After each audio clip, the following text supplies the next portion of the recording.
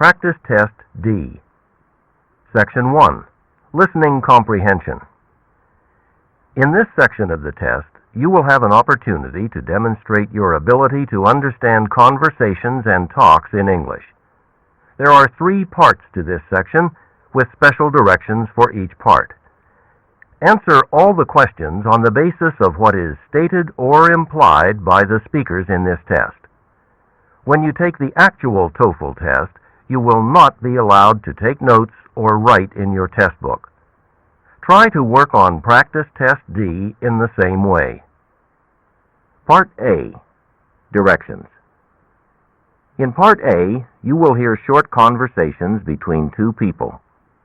After each conversation, you will hear a question about the conversation.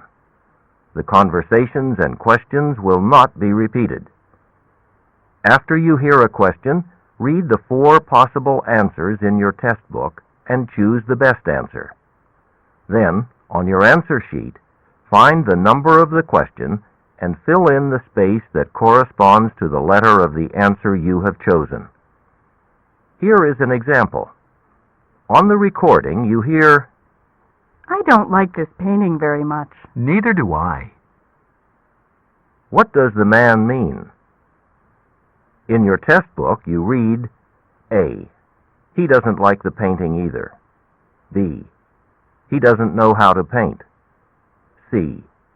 He doesn't have any paintings. D. He doesn't know what to do. You learn from the conversation that neither the man nor the woman likes the painting. The best answer to the question, "What does the man mean?" is A. He doesn't like the painting either. Therefore, the correct choice is A. Go on to the next page.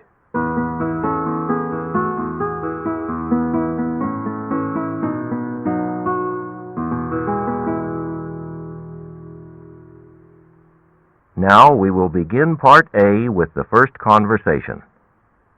Number 1. I'm sure glad that today's physics class is over. What did you think of the lecture? I was lost. I couldn't follow a word Professor Smith said. What does the man mean?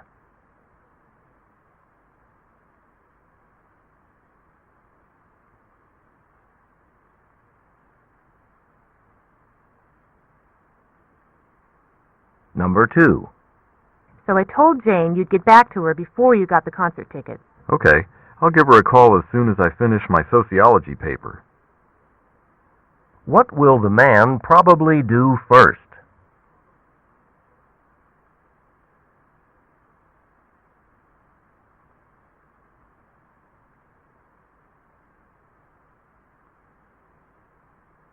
Number 3. Excuse me, do you mind if I borrow that newspaper for a little bit?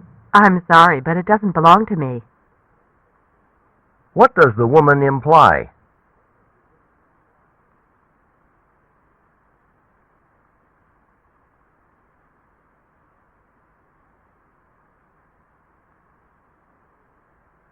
Number 4. I hope I'll be able to find Fred's sister at the bus station. All I know is that she's got brown hair and blue eyes. I could go with you. I met her a couple of years ago. What does the man imply about Fred's sister?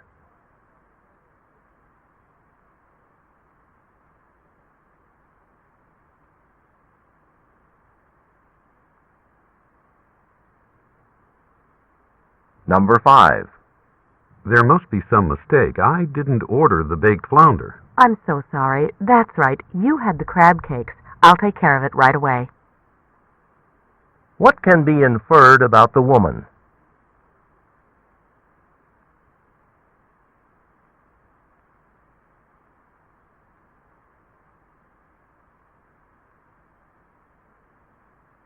Number 6. I haven't seen you at the student center all week. Have you been sick? I've been overwhelmed with my history paper. What does the man mean?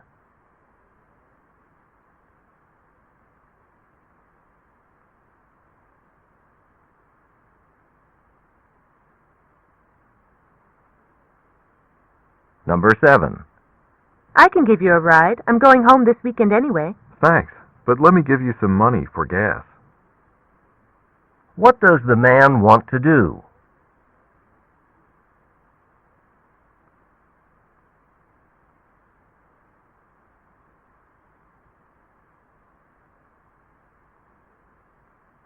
Number 8. We thought we'd all go out for lunch today. Can you be ready to leave at 1 o'clock? I have to pick up my car and do a couple of other errands, so I'll just come straight to the restaurant.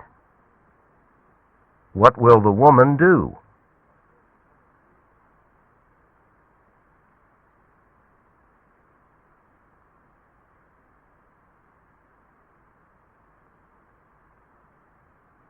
Number 9. Are your allergies acting up again? I thought your doctor gave you medication for that last week. He did, but so far it's not helping much. I'm going to have to go back and try to get it changed. What will the woman probably do?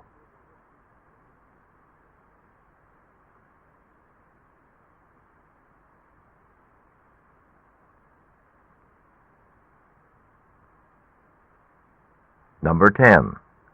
Could I please get a copy of your most recent catalog? I'm sorry, but we're all out right now. If you'll give me your name and address, I'll make sure that you get one when some new ones come in. What will the man probably do?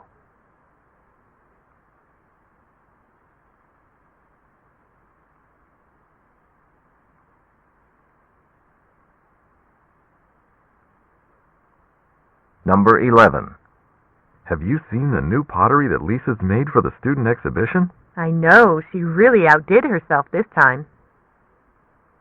What does the woman imply?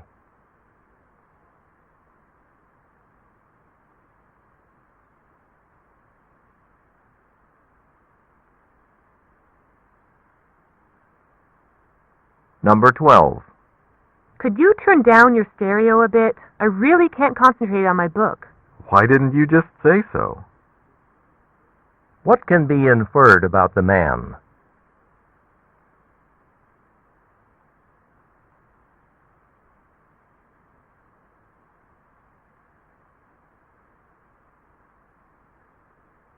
Number 13. I can't believe we have another lab report due so soon. Dr. Rogers must think we don't have any other classes. I know just what you mean. I'll be really pressed to get it done. What does the man mean?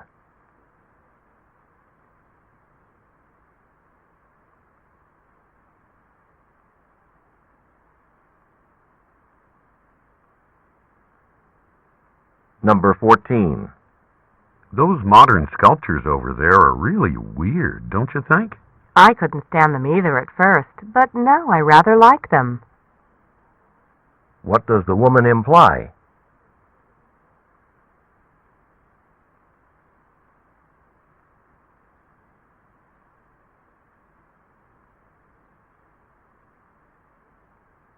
Number 15.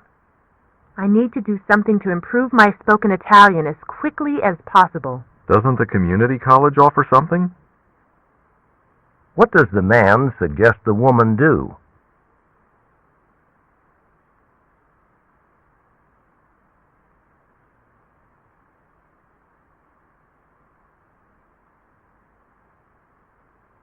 Number 16.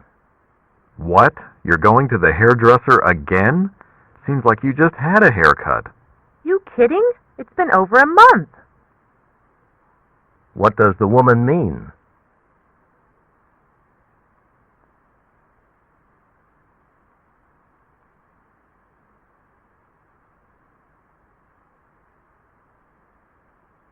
Number 17. You can't even see the people's faces in these pictures. It's strange. I'm sure there was enough light in the room. You know what? I bet you were using film for outdoor pictures. You need film for taking pictures indoors. What does the woman mean?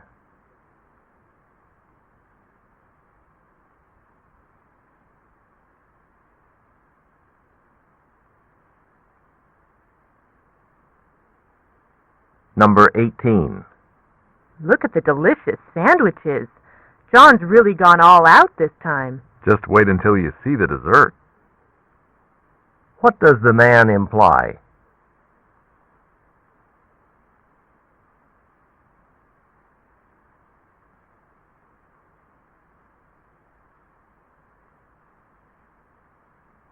Number 19. Did you have to do anything special to use the rare book collection? I just had to tell them a day ahead of time what I needed. What did the woman probably do?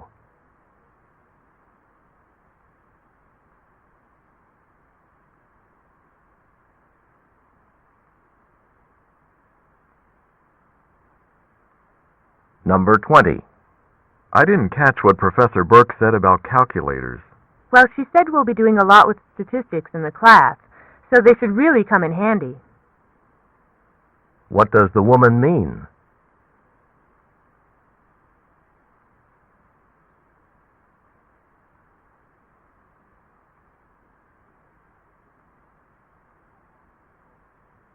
Go on to the next page.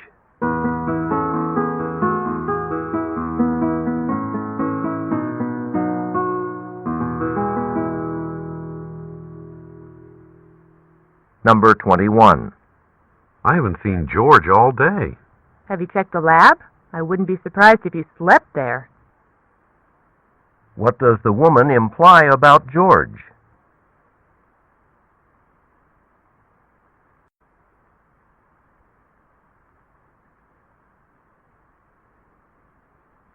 Number 22. The coat you tried on was really nice and reasonably priced. I'd have bought it right away if they'd had it in my size. What can be inferred about the woman?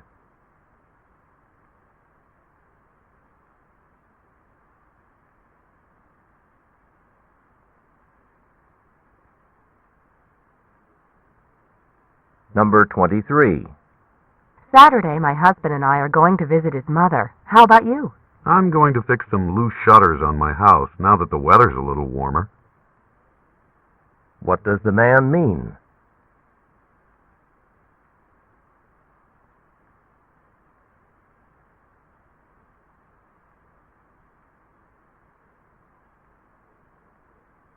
Number 24.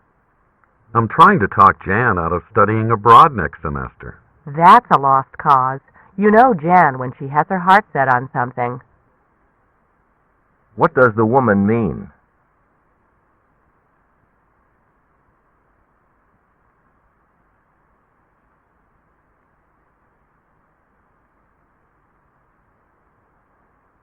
Number 25. I'm really not interested in seeing that film. But it's won so many awards. What does the woman imply?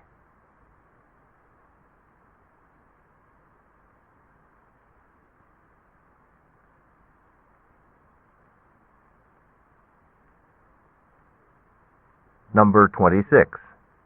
I thought the doctor said you should stay off your foot until the swelling goes down. She did. It just makes me uncomfortable to ask my friends to wait on me all the time. What does the man mean?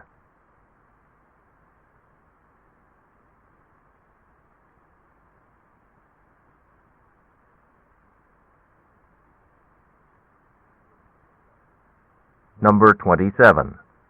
I came in here to get something from my briefcase, and now I've forgotten what I wanted. You were going to show me a newspaper article. What does the woman imply?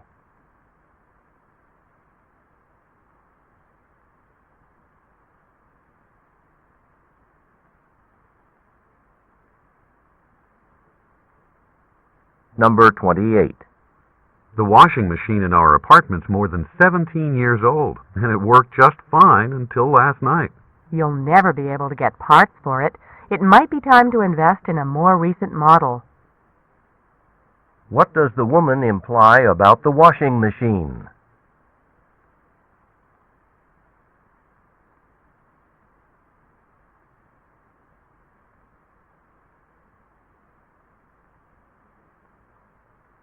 Number 29. I saw you coming out of Professor Young's office this morning. Were you asking her for more time to finish your project? No, I just had to get her signature to take an upward-level seminar. I haven't taken the introductory course. Why did the man speak to the professor?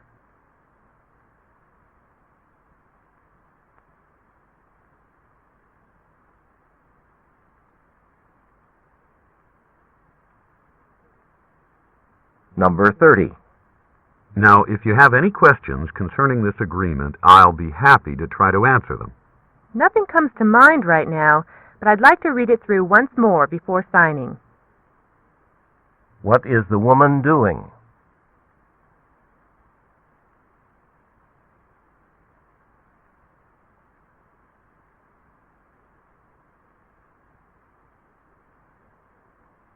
This is the end of Part A.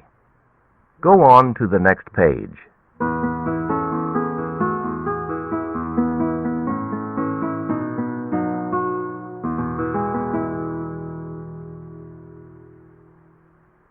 Now read along as the directions for Part B are being read. Part B, Directions. In this part of the test, you will hear longer conversations. After each conversation, you will hear several questions. The conversations and questions will not be repeated. After you hear a question, read the 4 possible answers in your book and choose the best answer.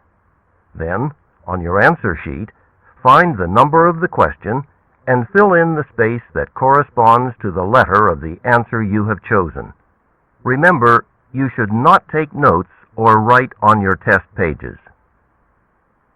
Go on to the next page.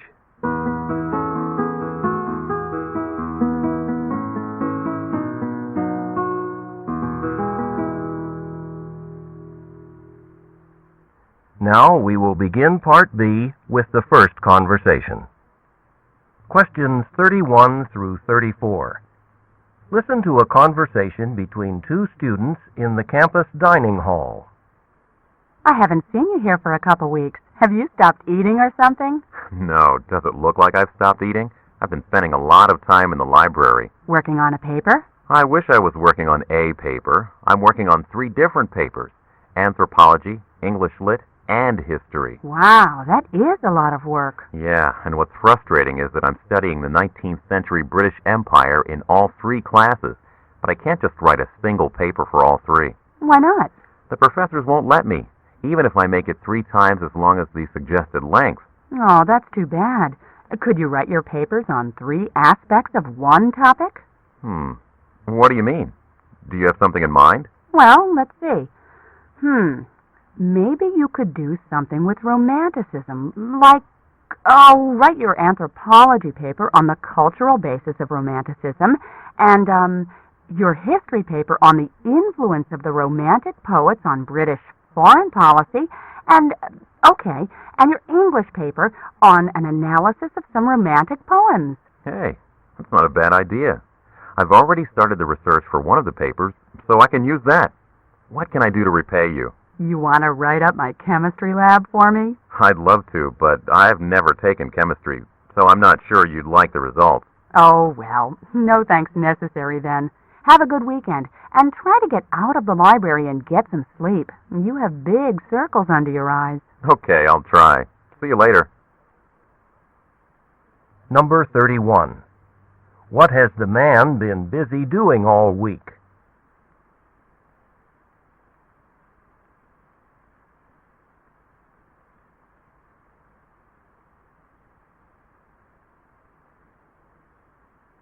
Number 32. What does the woman suggest the man do to make his work easier?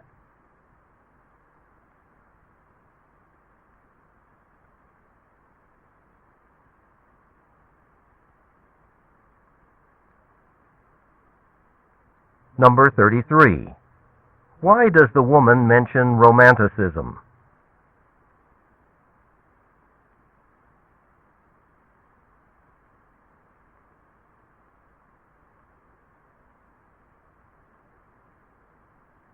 Number 34. Why doesn't the woman want any help from the man?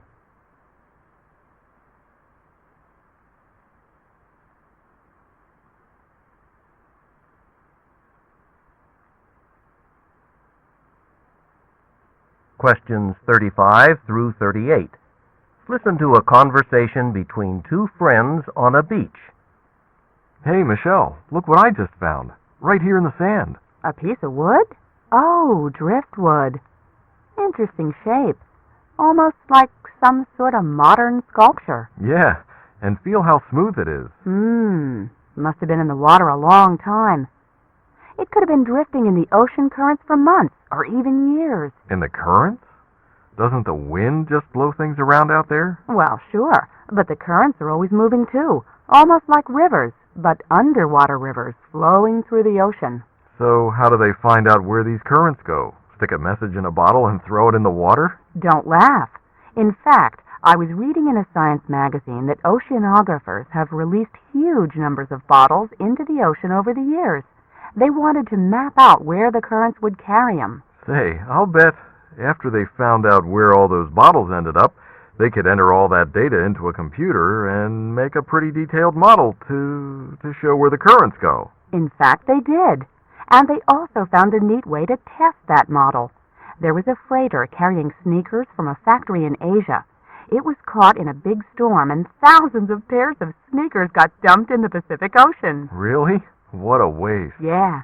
Turns out, though, that hundreds of these shoes started washing up on beaches somewhere near Seattle, just about where the computer models had predicted the currents would carry them. Gee, you mean all that stuff I find on the beaches might be part of some big scientific experiment?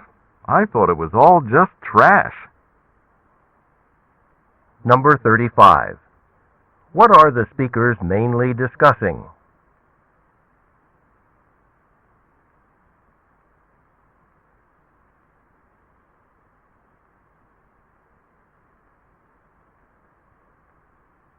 Number 36.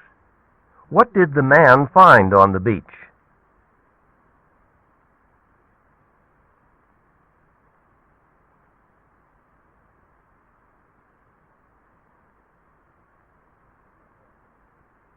Number 37. According to the magazine article, what did scientists put into the ocean?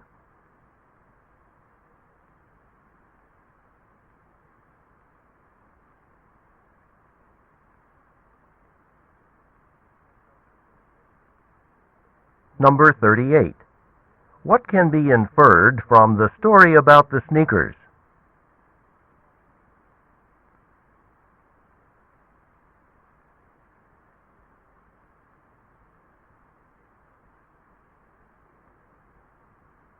This is the end of Part B. Go on to the next page.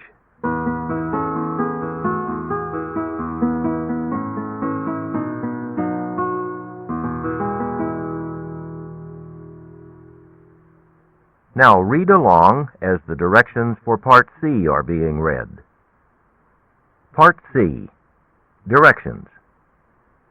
In this part of the test, you will hear several short talks. After each talk, you will hear some questions. The talks and the questions will not be repeated. After you hear a question, read the 4 possible answers in your test book and choose the best answer. Then, on your answer sheet, find the number of the question and fill in the space that corresponds to the letter of the answer you have chosen. Here is an example. On the recording you hear, "Listen to an instructor talk to his class about a television program." I'd like to tell you about an interesting TV program that'll be shown this coming Thursday. It'll be on from 9 to 10 p.m. on Channel 4. It's part of a series called Mysteries of Human Biology. The subject of the program is the human brain, how it functions and how it can malfunction. Topics that will be covered are dreams, memory, and depression. These topics are illustrated with outstanding computer animation that makes the explanations easy to follow. Make an effort to see this show. Since we've been studying the nervous system in class, I know you'll find it very helpful. Now listen to a sample question. What is the main purpose of the program? In your test book, you read, A, to demonstrate the latest use of computer graphics. B, to discuss the possibility of an economic depression. C. To explain the workings of the brain. D. To dramatize a famous mystery story. The best answer to the question, "What is the main purpose of the program?" is C. To explain the workings of the brain. Therefore, the correct choice is C. Now listen to another sample question. Why does the speaker recommend watching the program? In your test book, you read, A. It is required of all science majors. B. It will never be shown again. C. It can help viewers improve their memory skills. D. It will help with coursework. The best answer to the question, "Why does the speaker recommend watching the program?" is D. It will help with coursework. Therefore, the correct choice is D. Remember, you should not take notes or write on your test pages. Go on to the next page.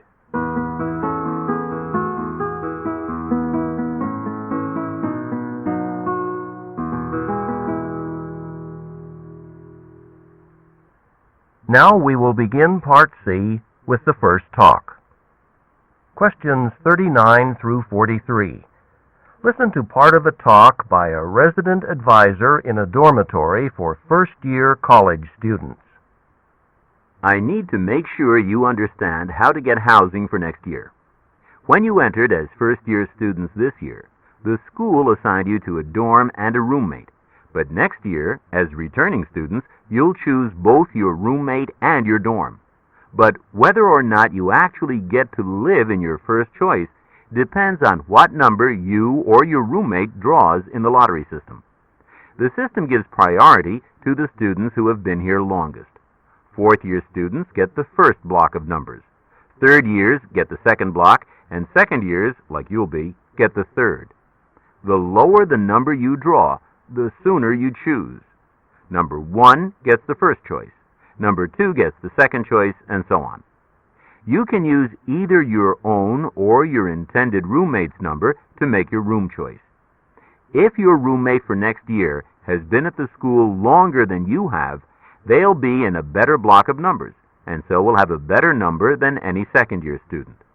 But most of you will probably be rooming with other second-year students, and so neither of you may have a great number.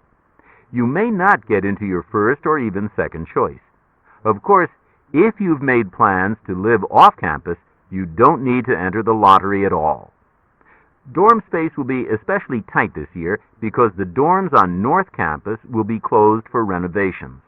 This means that those of you who draw the worst numbers won't be able to get dorm housing at all. In that case, the housing office will help you find off-campus housing. Number 39. What aspect of student housing does the talk mainly focus on?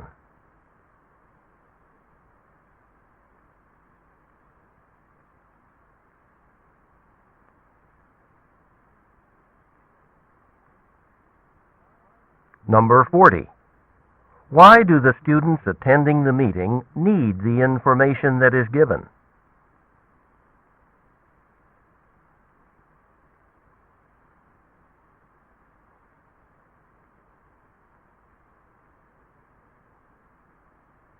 Number 41. What determines which group a student is placed in to choose housing for the next year?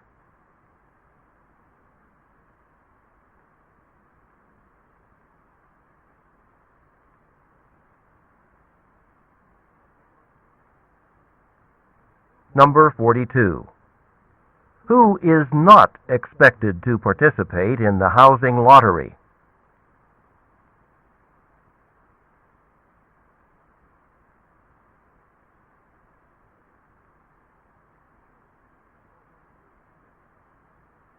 Number 43. What special problem will affect housing next year?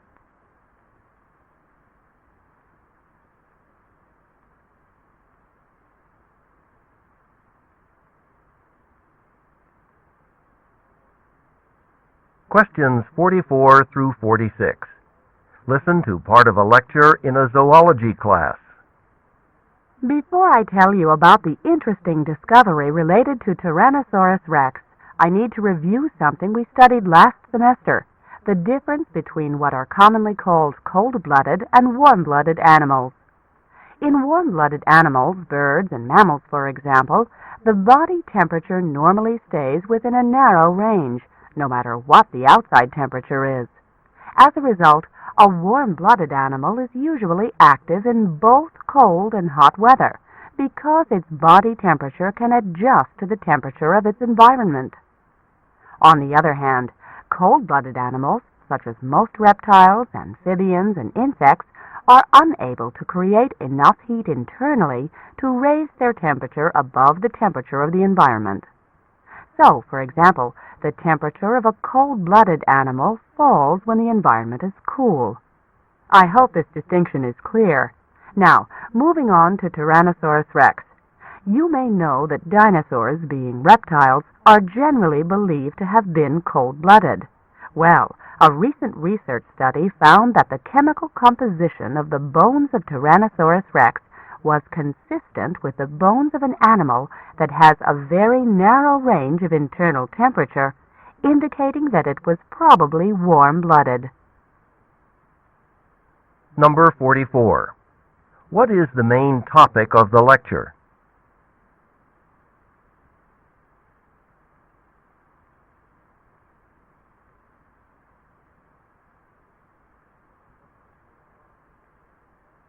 Number 45.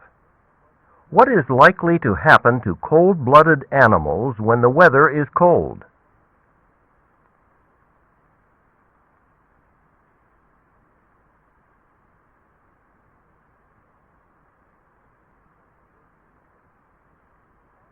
Number 46.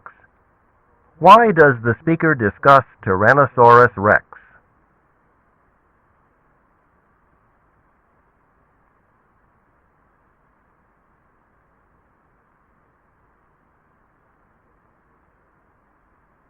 Questions 47 through 50.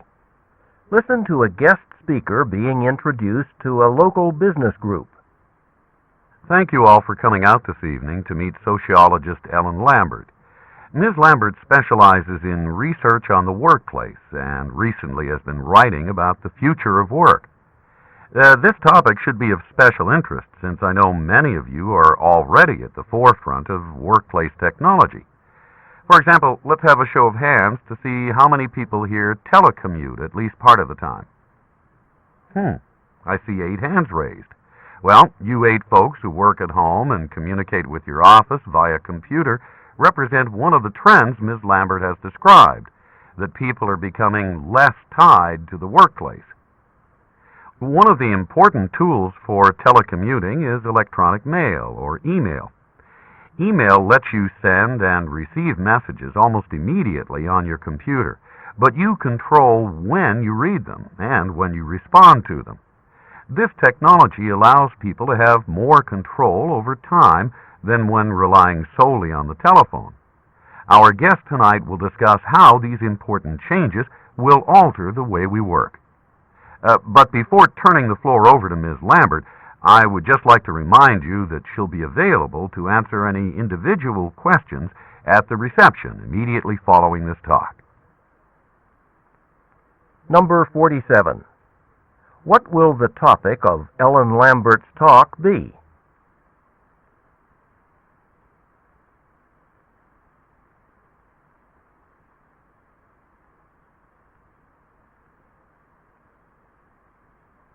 Number 48. Why does the speaker ask people to raise their hands?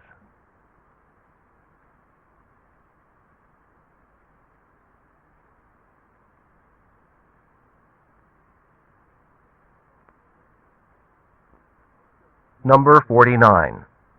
What does telecommuting involve?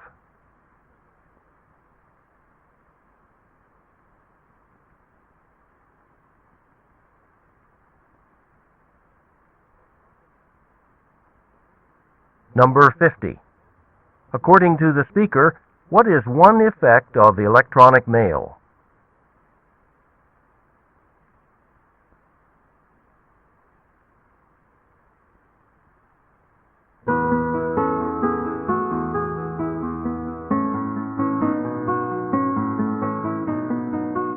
This is the end of Section 1 of Practice Test D. Turn off your cassette player and begin work on Section 2.